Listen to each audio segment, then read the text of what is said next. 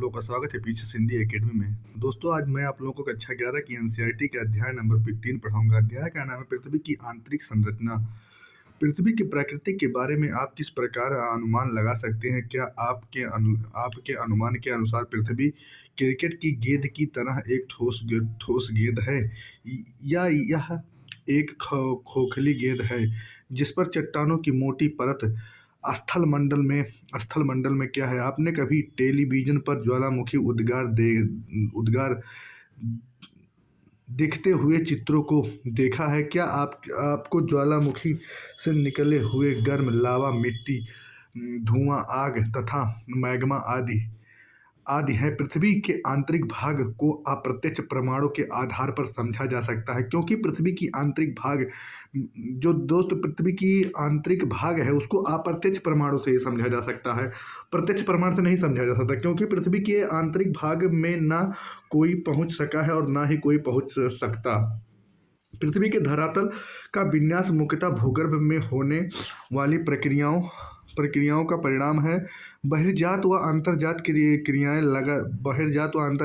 लगातार भूदृश्य को आकार देती रहती हैं। अंतर्जात प्रक्रियाओं के प्रभाव को अनदेखा कर किसी भी क्षेत्र की भू आकृति की प्रकृति को समझना अधूरा होगा। अर्थात किसी भी प्रदेश की भू आकृति को समझने के लिए भूगर्भिक क्रियाओं के प्रभाव को जानना आवश्यक है। मानव जीवन मुख्यतः अपनी क्षेत्रीय भू आकृति से प्रभावित होती है, इसीलिए भूदृश्य के विकास को प्रभावित करने वाले सभी कारकों के विषय में जानना आवश्यक है। यह समझने के लिए पृथ्वी में कंपन क्यों होता है या सुनामी लहर कैसे पैदा होती है, यह जरूरी है कि हम पृथ्वी की आंतरिक संरचना का विस्तृत ज्ञान हो।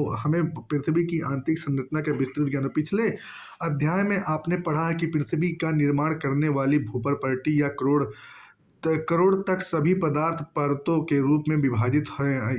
यह जानना भी अत्यंत रोचक है कि वैज्ञानिकों ने कैसे इन परतों के संबंध में जानकारी प्राप्त की है और प्रत्येक परत की विशेषताओं के बारे में अनुमान लगाया है। यह अध्याय इसी विषय से संबंधित है कि भूगर्भ की जानकारी के साधन। पृथ्वी की त्रिज्या है वो 6370 किलोमीटर है। पृथ्वी की आंतरिक पारिस्थितिकी के कारण यह संभव नहीं है कि कोई भी केंद्र तक पहुंच कर उसका निरीक्षण कर सके, वहां के पदार्थ की कुछ नमूना प्राप्त कर सके। दोस्त बताया गया ऐसा कोई वो नहीं है। दोस्त बता रहे हैं कि ऐसी कोई संसाधन नहीं जिसके कोई वहां पृथ्वी के आंतरिक भाग में पहुंच सके और वहां के नमूना प्राप्त कर सके या वहाँ के कुछ पदार्थ का नमूना प्राप्त कर सके। यह आश्चर्य की बात है कि ऐसी परिस्थिति में भी वैज्ञानिक हमें यह बताने में सक्षम हुए कि भूगर्भ की संरचना कैसी है और कि इतनी गहराई पर किस प्रकार के पदार्थ पाए जाते हैं। पृथ्वी की आंतरिक संरचना के विषय में हमारी अधिकतर जानकारी परोक्ष रूप से प्राप्त अनुमानों के आधारित है, तथापि यह जानकारी कुछ भाग प्रत्यक्ष प्रक्षेपणों और पदार्थ विश्लेषण पर भी आधारित है। पृथ्वी की सबसे आसानी से उपलब्ध ठोस पदार्थ धरातलीय चट्टानें हैं अथवा वह चट्टानें हैं जो हम खनन क्षेत्र से प्राप्त करते हैं। दक्षिणी अफ्रीका में की सोने की खदान में 3 से 4 किलोमीटर की गहराई है। इसके अधिक गहराई में जा पाना असंभव है, क्योंकि उतनी गहराई का तापमान बहुत अधिक होता है। खनन के अतिरिक्त वैज्ञानिक ने विभिन्न परियोजनाओं के अंतर्गत पृथ्वी की आंतरिक स्थिति को जानने के लिए प्रकृति की गहराई तक छानबीन कर रहे हैं। संसार भर में वैज्ञानिक दो मुख्य परियोजनाओं पर काम कर रहे हैं। ये गहरे समुद्र में प्रबोधन परियोजनाओं व समन्वित महासागरीय प्रबोधन परियोजनाओं। आज तक हम सबसे गहरा प्रबोधन आर्कटिक महासागर में कोला क्षेत्र में 12 किलोमीटर की गहराई तक किया गया है। इन परियोजनाओं परियोजनाओं का बहुत सी अन्य गहरी खुदाई परियोजनाओं के अंतर्गत विभिन्न गहराई से प्राप्त पदार्थों के विश्लेषण से हमें पृथ्वी की आंतरिक संरचना से संबंधित असाधारण जानकारी प्राप्त हुई। ज्वालामुखी उद्गार प्रत्यक्ष जानकारी का एक अन्य स्रोत है। जब दोस्त बताया गया कि ज्वालामुखी जो उद्गार है उससे पृथ्वी की आंतरिक संरचना की प्रत्यक्ष जानकारी के स्रोत है। जब पृथ्वी की ज्वालामुखी उद्गार से लावा पृथ्वी की धरातल पर आती है तो प्रयोगशाला अन्वेषण के लिए उपलब्ध होता है। यद्यपि इस बात का निश्चय कर पाना कठिन होता है कि यह मैग्मा कितनी गहराई से निकला है। अप्रत्यक्ष पदार्थ के गुणधर्म के विश्लेषण से पृथ्वी की आंतरिक भाग की अप्रत्यक्ष जानकारी प्राप्त होती है। खनन प्रक्रिया से हमें तो पता चलता है कि पृथ्वी के धरातल की गहराई बढ़ने के साथ साथ तापमान दाब में वृद्धि होती है। दोस्त बताया गया कि जब खनन प्रक्रिया हम करते हैं तो उससे हमें पता चलता है कि पृथ्वी के आंतरिक भाग गहराई में जाने पर तापमान और दाब में वृद्धि होती है। इतना ही नहीं, हमें यह भी पता चला है कि गहराई बढ़ने के साथ साथ पदार्थ का घनत्व भी बढ़ता है। तापमान, दाब व घनत्व में इस परिवर्तन की दर को आंका जा सकता है। पृथ्वी की कुल मोटाई को ध्यान में रखते हुए वैज्ञानिकों ने विभिन्न गहराइयों पर पदार्थ के तापमान, दाब एवं घनत्व के मान को अनुमानित किया है। प्रत्येक परत के संदर्भ में इन लक्षणों का सविस्तार वर्णन इसी अध्याय में आगे किया गया है। पृथ्वी की आंतरिक जानकारी का दूसरा अप्रत्यक्ष स्रोत उल्काएं हैं जो कभी भी धरती तक पहुंचती हैं। हालांकि हमें यह भी ध्यान रखना चाहिए कि उल्काओं के विश्लेषण के लिए भी उपलब्ध पदार्थ पृथ्वी की आंतरिक भाग से प्राप्त नहीं होते हैं, परंतु उल्काओं से प्राप्त पदार्थ और उनकी संरचना पृथ्वी से मिलती जुलती है। ये उल्काएं वैसे ही पदार्थ से बने होते हैं जो ठोस पिंड है। दोस्तों, जो ये उल्काएं होती हैं ये ठोस पिंड से बने होते हैं जिससे हमारा ग्रह पृथ्वी बना है। दोस्त, उसी से उल्काएं भी बनी है। अंततः पृथ्वी की आंतरिक जानकारी के लिए उल्काओं का अध्ययन एक अन्य महत्वपूर्ण स्रोत है। दोस्त, पृथ्वी की जानकारी के लिए उल्काओं का भी अध्ययन किया जाता है। अन्य अप्रत्यक्ष स्रोतों में गुरुत्वाकर्षण, चुंबकीय क्षेत्र व भूकंपीय संबंधी क्रियाएं शामिल हैं।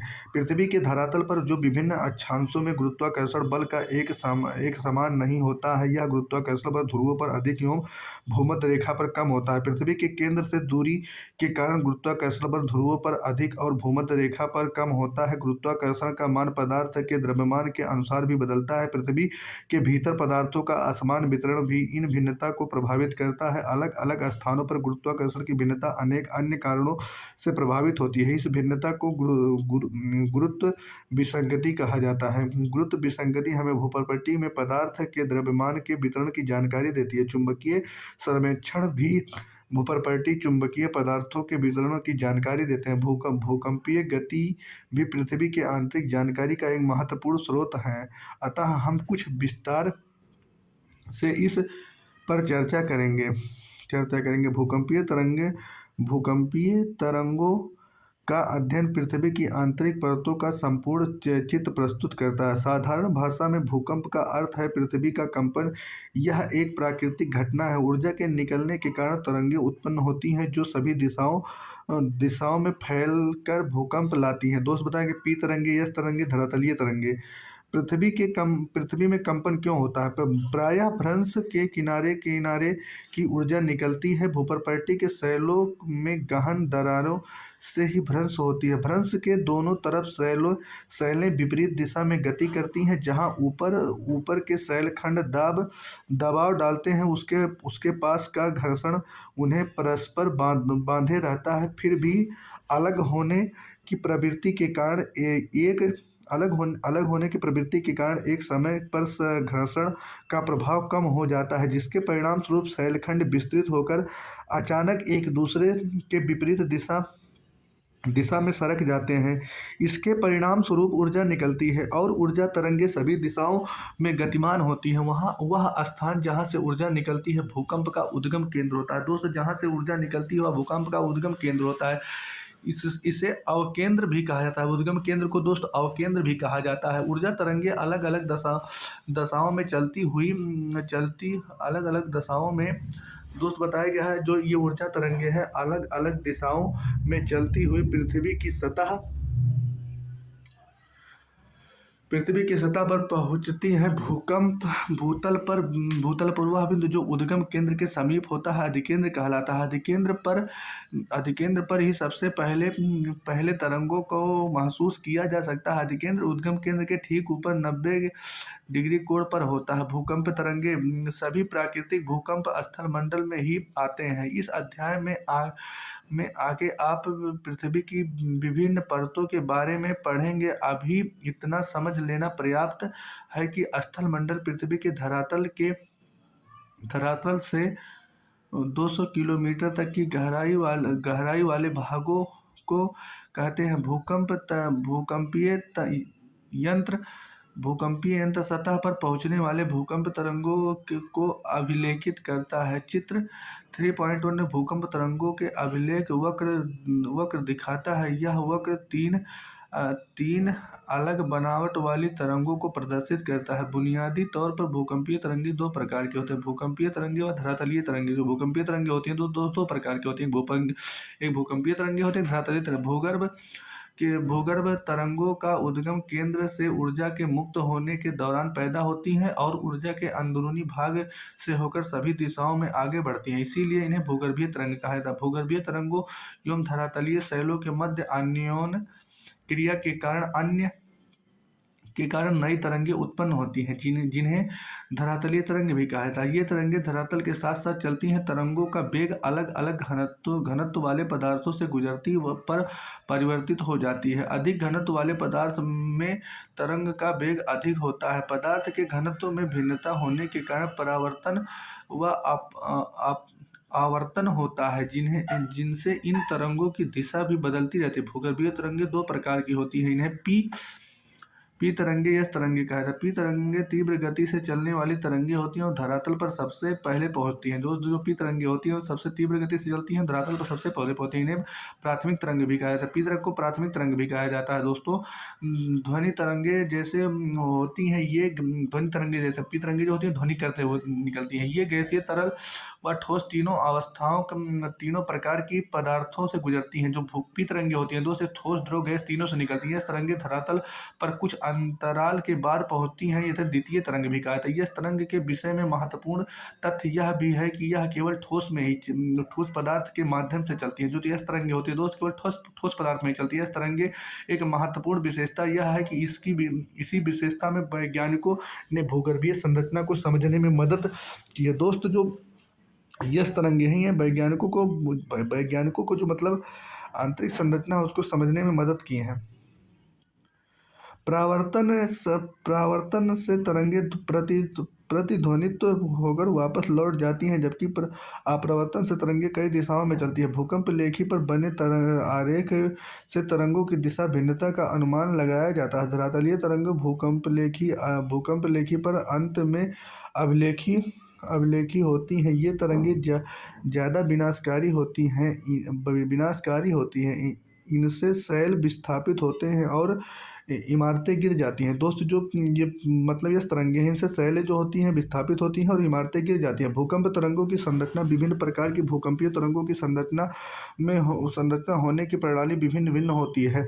जैसे कि ये संचरित होते हैं तो शैलों में कंपन पैदा करते हैं। पी तरंगों में कंपन की दिशा तरंगों की दिशा के समानांतर ही होते हैं। यह संचरण गति की दिशा में ही पदार्थ के दबाव डालते हैं। इसके दबाव के फलस्वरूप पदार्थ में घनत्व की भिन्नता आती है और शैलों के संकुचन व फैलाव की प्रक्रिया पैदा होती है। अन्य तीन तरह की तरंगे संचरण गति के समकोण दिशा में कंपन पैदा करती हैं। यह तरंगे ऊर्ध्वाधर तल में तरंगों की दिशा के समकोण पर कंपन करती हैं। दोस्तों, जो यस्त तरंगे होती हैं, यह तरंगों की दिशा में समकोण पर कंपन करती हैं। अतः ये जिस पदार्थ से गुजरती हैं उसमें उभार या गर्त बनाती हैं। दोस्त, ये जिस पदार्थ से गुजरती हैं उनका उभार या गर्त बनाती है। धरातलीय तरंग में सबसे अधिक विनाशकारी समझी जाती हैं ये ऐसी तरंगे हैं। दोस्त, जो धरातलीय तरंगे में सबसे विनाशकारी होती हैं वो यस तरंगे होती हैं। छाया क्षेत्र का उद्भव भूकंप लेखी संयंत्र पर दूरस्थ स्थानों से आने वाली भूकंप तरंगे अभिलेखी तरंगे होती है। जो भूकंप तरंगे होती है दोस्तों अभिलेखी तरंगे, यद्यपि कुछ ऐसे क्षेत्रों में भी जहां कोई भूकंप तरंगे पी तरंगे पहुंचने को भी दर्ज करते हैं। यह तरंगों को अभिलेखित नहीं करते हैं। अतः वैज्ञानिक का मानना है कि भूकंप अधिकेंद्र में 105 डिग्री से 145 डिग्री के बीच का क्षेत्र जहां कोई भी भूकंप तरंग अभिलेखित नहीं होती है। दोस्त जो 105 से 145 तक होता है, यहाँ कोई भी भूकंप तरंगे अभिलेखित नहीं होती है। दोनों प्रकार की तरंगों का छाया क्षेत्र 105 से 145 ही है। क्षेत्र है जहाँ 105 डिग्री के पूरे क्षेत्र में यस तरंगे नहीं पहुंचती हैं। यस तरंगों का छाया क्षेत्र पी तरंगों की छाया क्षेत्र से अधिक विस्तृत है। दोस्त जो यदि छाया क्षेत्र देखा जाए तो यस तरंगे ज़्यादा विस्तृत है। भूकंप अधिकेंद्र के 105 से 145 तक पी तरंगों का छाया क्षेत्र है पट्टी के रूप में चारों तरफ प्रतीत होती है। यस तरंगों की छाया क्षेत्र न केवल विस्तार में बड़ा है, वरन यह पृथ्वी की 40% भाग से भी अधिक है। अगर आपको भूकंप अधिकेंद्र का पता हो तो आप किसी भी भूकंप की छाया क्षेत्र को रेखांकित कर सकते हैं। भूकंप अधिकेंद्र को जानने का विवरण बॉक्स पृष्ठ 28 में दिए गए हैं। भूकंप के प्रकार सामान्यतः विवर्तनिक भूकंप ही अधिक आते हैं। भूकंप भ्रंश तल के किनारे चट्टानों के सरक जाने के कारण उत्पन्न होते हैं। एक विशिष्ट वर्ग के विवर्तनिक भूकंप को ही ज्वालामुखी जन्य भूकंप समझा जाता है। ये भूकंप अधिकांशतः सक्रिय ज्वालामुखी के क्षेत्र तक ही सीमित रहते हैं।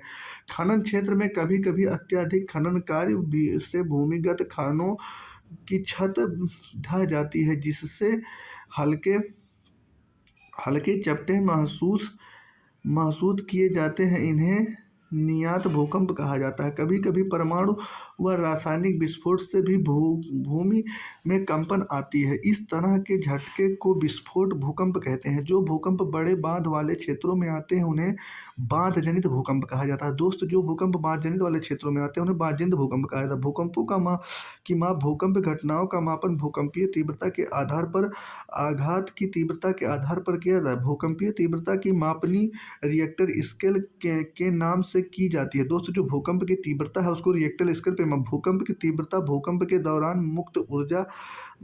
ऊर्जा मुक्त होने से संबंधित। इस मापनी के अनुसार भूकंप की तीव्रता 0 से 10 डिग्री तक होती है। आघात की तीव्रता को इटली में भूकंप वैज्ञानिक मरकेली के नाम से जाना जाता है। यह झटके से हुई प्रत्यक्ष जानकारी द्वारा निर्धारित की जाती है।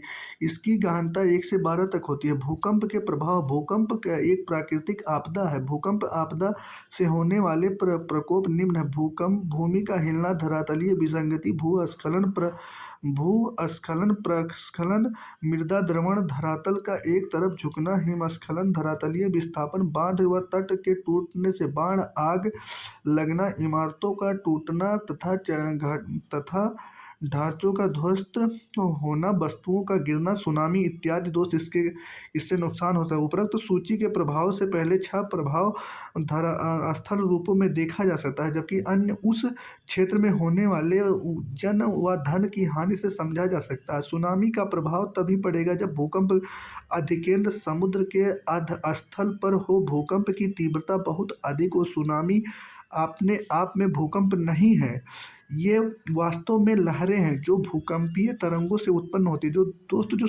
सुनामी है भूकंप नहीं है, लेकिन यह भूकंपीय तरंगों से उत्पन्न होती है। यद्यपि मूल रूप से भूकंप की प्रक्रिया कुछ सेकंड रहती है, फिर भी यदि भूकंप की तीव्रता रिएक्टर स्केल पर 5 से अधिक है तो परिणाम अत्यधिक विनाशकारी होती है। भूकंप की आवृत्ति। भूकंप एक प्राकृतिक आपदा है। तीव्र भूकंप के झटके से जन व धन की अधिक हानि होती है। फिर भी ऐसा नहीं है कि विश्व के सभी भागों में तीव्र भूकंप ही आते हैं। केवल वही क्षेत्र जहां भ्रंश के समीप है ऐसे तीव्र झटके महसूस करते हैं। यह ज्वालामुखी व भूकंप की वितरण का वर्णन अगले अध्याय में पढ़ेंगे। प्रायः यह देखा गया है कि रिएक्टर स्केल पर 8 से अधिक तीव्रता वाले भूकंप के आने की संभावना बहुत कम होती है। 1 से 12 वर्षों 1 से 2 वर्षों में एक ही बार आते हैं, जबकि हल्के भूकंप लगभग मिनट मिनट पर पृथ्वी के किसी न किसी भाग पर महसूस किए जाते हैं। पृथ्वी की संरचना भूपरपट्टी यह दोस्त भूपरपट्टी जो है यह ठोस पृथ्वी का सबसे बाहरी भाग है। यह बहुत भंगुर भाग है जिसमें जल्दी टूट जाने की प्रवृत्ति होती है। भूपरपट्टी की मोटाई महाद्वीपों व महासागरों के नीचे अलग अलग है। महासागरों में भूपरपट्टी की मोटाई महाद्वीपों की तुलना में कम है। दोस्तों, जो महासागर है वहाँ पे भूपरपट्टी की जो मोटाई है कम है, महाद्वीप में अधिक है। महासागरों के नीचे इसकी औसत मोटाई 5 किलोमीटर है, जबकि महाद्वीपों में 30 किलोमीटर तक है। मुख्य पर्वतीय श्रृंखलाओं क्षेत्र में यह मोटाई और अधिक है। हिमालय पर्वत श्रेणियों के नीचे भूपरपट्टी की मोटाई लगभग 70 किलोमीटर तक। भूपरपट्टी भारी चट्टानों से बना है और इसका घनत्व 3 ग्राम प्रति सेंटीमीटर है। महासागरों के नीचे भूपरपट्टी की चट्टानें बेसाल्ट निर्मित है। महासागरों के नीचे इसका घनत्व 2.7 ग्राम प्रति घन सेंटीमीटर है। मेंटल जो 10 भूगर्भ की प्रॉपर्टी के नीचे के भाग है, मेंटल कहा जाता है। यह मोहो असंतत से आरंभ होकर 2900 किलोमीटर की गहराई तक पाया जाता है। मेंटल की ऊपरी भाग दुर्बलता मंडल कहा जाता है। एस्थेनोक शब्द का अर्थ है दुर्बलता से है। इसका विस्तार 400 किलोमीटर तक आंका गया है। ज्वालामुखी उद्गार के दौरान जो लावा धरातल पर पहुंचता है उसका मुख्य स्रोत यहीं से है। दोस्तों, ज्वालामुखी जब होता है तो जो लावा बाहर आता है वो यहीं से आता है, मेंटल से आता है। इसका मुख्य स्रोत यहीं से। इसका घनत्व भूपरपट्टी की चट्टानों से अधिक है। यह 3.4 ग्राम प्रति घन सेंटीमीटर अधिक। भूपरपट्टी व मेंटल की ऊपरी भाग मिलकर स्थल मंडल कहते हैं। इसकी मोटाई 10 से 200 किलोमीटर के बीच पाई जाती है। निचले मेंटल का विस्तार दुर्बलता मंडल के समाप्त हो जाने के बाद यह ठोस अवस्था में है। क्रोड, जैसा कि पहले इंगित किया जा चुका है कि भूकंपीय तरंगों के वेग ने पृथ्वी के कोण को समझने में सहायता की है। यह क्रोड व मेंटल की सीमा की 2900 किलोमीटर गहराई तक बाध्य क्रोड तरल अवस्था में है, जबकि आंतरिक क्रोड को ठोस अवस्था में। मेंटल व क्रोड की सीमा पर चट्टानी घनत्व का लगभग 5 ग्राम प्रति घन सेंटीमीटर है। केंद्र से 6300 किलोमीटर की गहराई पर घनत्व 13 ग्राम प्रति सेंटीमीटर तक हो जाती है। इससे यह पता चलता है कि क्रोड भारी पदार्थों, मुख्यतः निकिल व लोहे से बना, जो पृथ्वी की अंतिम परत है। तो उस क्रोड जो है निकिल व लोहों से बना। इसे नीफे परत के नाम से भी जाना जाता है, मतलब क्रोड को नीफी परत के नाम से भी जाना। ज्वालामुखी व ज्वालामुखी निर्मित स्थल पर आपने अनेक बार ज्वालामुखी के चित्र को देखे होंगे। ज्वालामुखी वह स्थान है जहाँ से निकलकर गैस, राख व तरल चट्टानी पदार्थ लावा पृथ्वी के धरातल पर पहुँचती है। यह पदार्थ कुछ समय पहले ही सॉरी दोस्तों आया हो, यह अभी निकल रहा हो। ज्वालामुखी सक्रिय ज्वालामुखी कहलाता है। तरल चट्टानी पदार्थ दुर्बलता मंडल से निकल कर धरातल पर पहुंच जाती है। जब तक यह पदार्थ मेंटल के ऊपरी भाग में मैग्मा कहा जाता है। जब यह भूपरपट्टी के ऊपर या धरातल पर पहुंचता है तो इसे लावा कहा जाता है। यह पदार्थ जो धरातल पर पहुंचता है उसे लावा प्रवाह, लावा के जमे हुए टुकड़े का मलबा, ज्वालामुखी बम, राख, धूलकण व गैस जैसे नाइट्रोजन यौगिक, सल्फर यौगिक या कुछ मात्रा में क्लोरीन, हाइड्रोजन व आर्गन शामिल होते हैं। ज्वालामुखी उद्गार की प्रवृत्ति और धरातल के विकसित आकृतियों के आधार पर ज्वालामुखी को वर्गीकृत किया जाता है। कुछ मुख्य ज्वालामुखी निम्न प्रकार से हैं। शील्ड ज्वालामुखी बेसाल्ट प्रवाह को छोड़कर पृथ्वी पर पाए जाने वाले सभी ज्वालामुखी शील्ड ज्वालामुखी हैं। सबसे विशाल हवाई द्वीप में ज्वालामुखी इसके सबसे अच्छे उदाहरण। ये ज्वालामुखी मुख्यतः बेसाल्ट से निर्मित होते हैं। जो शील्ड ज्वालामुखी होते हैं दोस्त, बेसाल्ट से निर्मित होते हैं जो तरल लावा के ठंडे होने पर बनते हैं। यह लावा उद्गार के समय बहुत तरल होते हैं, इसी कारण इन्हें ज्वालामुखी ढाल तीव्र नहीं होती है। यदि किसी तरह निका से पानी भीतर चला जाता है तो ज्वालामुखी विस्फोट हो जाता है, अन्यथा कम विस्फोट होने से इसकी विशेषता है कि इस ज्वालामुखी से लावा फव्वारे के रूप में बाहर आता है और निकास का एक शुंक बनाता है जिसे सिंडर ज्वालामुखी के रूप में विकसित होते हैं। मिश्रित ज्वालामुखी इन ज्वालामुखियों को से बेसाल्ट की अपेक्षा अधिक ठंडे व सैन गाढ़ा या चिपचिपा लावा उद्गार होता है। यह प्रायः ज्वालामुखी शील्ड विस्फोट होते हैं। इससे लावा के साथ भारी मात्रा में ज्वालामुखी शील्ड पदार्थ व राख की धरातल पर पहुंचती है। यह पदार्थ निकास नली के आसपास परतों के रूप में जमा हो जाती है जिसे जमाव मिश्रित ज्वालामुखी कुंड ज्वालामुखी ये पृथ्वी पर पाए जाने वाले सबसे अधिक विस्फोटक ज्वालामुखी हैं। दोस्त, जो कुंड ज्वालामुखी है सबसे अधिक विस्फोटक ज्वालामुखी। आमतौर पर ये इतने विस्फोटक होते हैं, जब इनसे विस्फोट होता है तब ये ऊंचा ढांचा बनाने के बजाय स्वयं नीचे धंस जाते हैं। धंसे हुए विध्वंस गर्त लावा के गिरने से जो गड्ढे बनते हैं ज्वालामुखी कुंड कहते हैं। पृथ्वी की आंतरिक संरचना कहते हैं इसका यह विस्फोट रूप बताता है। इन्हें लावा प्रदान करने वाले मैग्मा के भंडार न केवल विशाल हैं वरन इसके बहुत पास ही स्थित है। इसके द्वारा निर्मित पहाड़ी मिश्रित ज्वालामुखी की तरह प्रतीत होते हैं। बेसाल्ट प्रवाह क्षेत्र ये ज्वालामुखी के अधिक तरल लावा उगलते हैं जो बहुत दूर तक निकलता है। संसार के कुछ भाग हजारों वर्ग किलोमीटर घने लावा प्रवाह से ढके हैं। इन्हें लावा प्रवाह काला अनुक्रम होता है और कुछ प्रवाह 50 मीटर से अधिक मोटे तौर पर कई बार अकेला प्रवाह सैकड़ों किलोमीटर दूर तक फैल जाता है। भारत का दक्कन टैप जिस पर वर्तमान महाराष्ट्र पठार का ज़्यादातर भाग पाया जाता है बृहद बेसाल्ट प्रवाह क्षेत्र। ऐसा विश्वास किया जाता है कि आज अपेक्षा आरंभ से अधिक वह क्षेत्र इस प्रवाह से ढका था।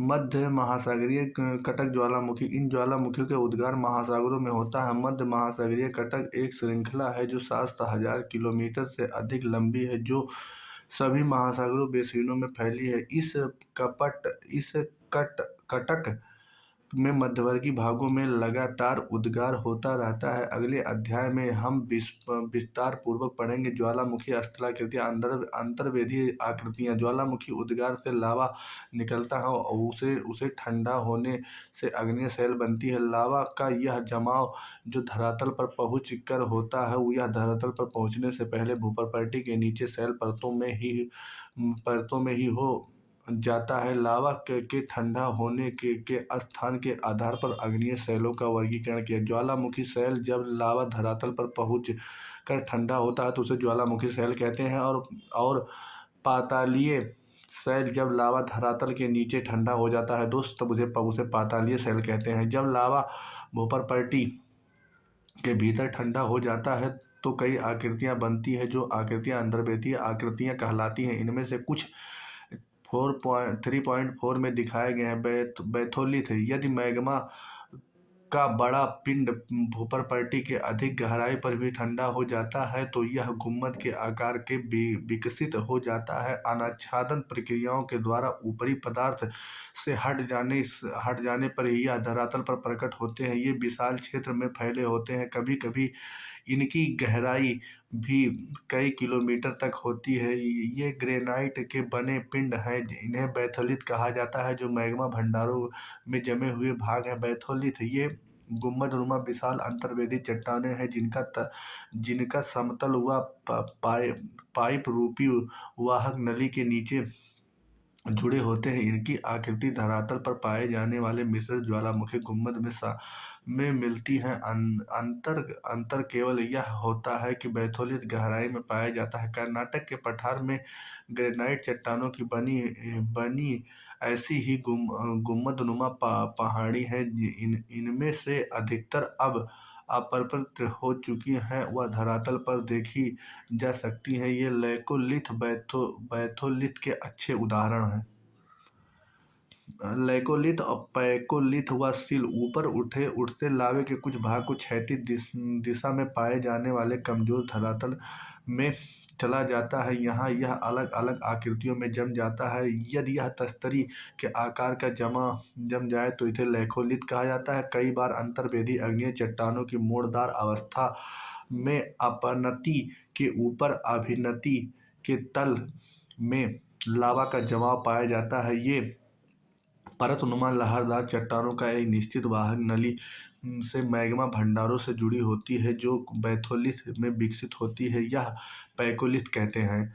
अंतर्वेदी आग्नेय चट्टानों व क्षैतिज तल में एक चादर के रूप में ठंडा होने सिल या सिल्ट कहलाता है। जमाव की मोटाई के आधार पर इन्हें विभाजित किया जाता है। कई मोटाई वाले जमाव को सिल्ट व घने मोटाई वाले जमाव को सिल कहते हैं। डाइक जब लावा का प्रवाह दरारों के धरातल के लगभग समकोण पर होती है और अगर इसी अवस्था में ठंडा हो जाती है, यह दीवार की भांति संरचना होती है। यही संरचना डाइक कहलाती है। पश्चिमी महाराष्ट्र क्षेत्र में अंतर्वेदी आग्नेय चट्टानों में यह आकृति बहुतायत में पाई जाती है। ज्वालामुखी उद्गार से बने दक्कन ट्रैप के विकास में डाइक उद्गार का एक महत्वपूर्ण समझी जाती है।